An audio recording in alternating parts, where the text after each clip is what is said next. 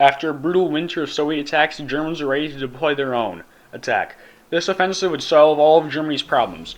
The plan, Case Blau or Operation Blue, would be led by Maximilian von Weichs. The goal was to push through the River Don. When crossed, they would press onwards to the Volga, taking Stalingrad in the process, effectively cutting Baku and its oil fields off from the rest of the Soviet Union. Because of the two-pronged attack through the Don/Volga and to Baku, Germany wouldn't be able to cover its flanks, instead leading to weaker powers such as Romania to do the job. This attack would not be the city itself, which bore the Soviet leader's name, but instead the oil, though the city would feed into Hitler's paranoia and become the keystone of his operation. June 28th, the offensive began. Hoth's mass assault would be met with minimal resistance. Sure enough, as July ended, the Soviets were beyond the Don. Two pockets would hold out, but would more or less be destroyed by August. The Volga and Don rivers stand from 40 to 100 miles apart, meaning the Germans to leave the supply depots behind the Don. Paulus would deploy his 6th Army to go to the south of the city to ensure that the enemy can't retreat. The 4th Panzer Army would follow, but cut up into the south of Stalingrad. A bridgehead through the Don would also be formed to rush the north of the city. When all was said and done, the city was pinned, encircled, and pushed into the Volga. On August 23rd, Wolfram von Richthofen would drop upwards of 1,000 tons of bomb, leveling the majority of the living portions of the city.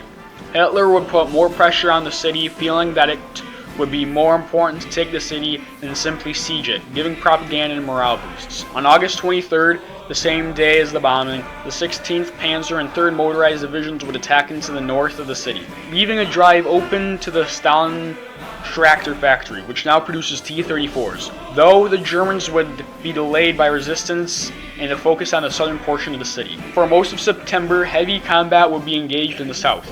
The combat would be slow and tedious, but the Soviets would be pushed back. The bulk of the Soviet forces would cough up in the north, but a small encirclement would be caught northeast of No. 2 Station and south of the landing grounds. In late September, the 60th Motorized Division and the 14th Panzer Division would push northwest to meet with the 100th Infantry Division, which would cause an encirclement with a bulge northwest of the main city. By about October 2nd, the encirclement in the north to be destroyed. From September 27th to October 18th, the German army fought the garrisons at the important factories of the Red October Steel Factory, Barricadheim Factory, and the Stalingrad Tractor Factory. The Germans would attack into Stalingrad from October 14th to November 4th. This would lead to many pockets. The one in the south already said, one from landing station to the Red October Factory, one just above that, and another in the north by Rhinock. The situation is getting real desperate, and even though Stalin gave Order 227 on July 28th, they are being pushed back, though the order would have gunners behind the line and kill retreaters. Georgy Zhukov would be not to thank for this desperate situation. Instead of arming Stalingrad, he moved the reserves and reinforcements elsewhere, doing as little as he could to ensure the city would hold. But all of this was for a master plan. The days would tick by until November 19th. 2,000 artillery in the north of Stalingrad would bear down onto the weak Romanian flanks. Later that morning, the same would be done in the south. Zhukov opened 2 new fronts, about 31 miles and 35 miles respectively. These assaults would destroy Romanian lines, and Zhukov was playing for this. Now fully developing Operation Uranus, he would exploit his enemy's weakness. The two armies would drive towards each other, meeting at Kalach.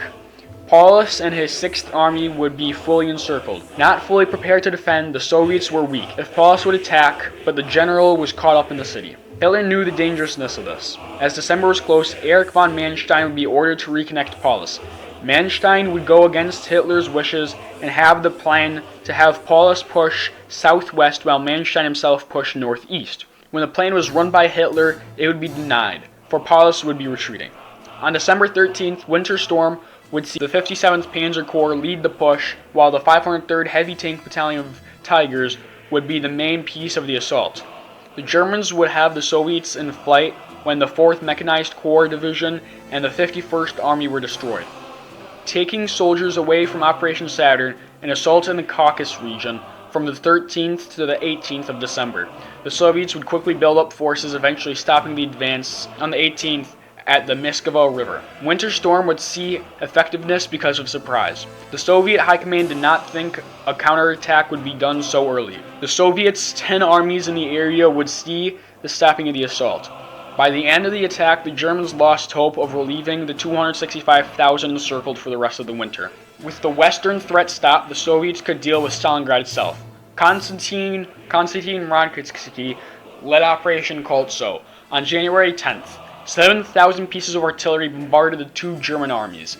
The Soviets wanted to take the Potomac airport, which was one of a few that Reichshafen used to supply the encirclement. 2 days later would fall. The Gumrak airfield would be next, with the renewed offensive on the 20th being lost on the 22nd. As all started to falter, the Axis retreated into the city, ironically playing defense for the same place they were trying to take. Parts of the 21st and 26th Army would meet the 13th Guard, effectively cutting the encirclements in two.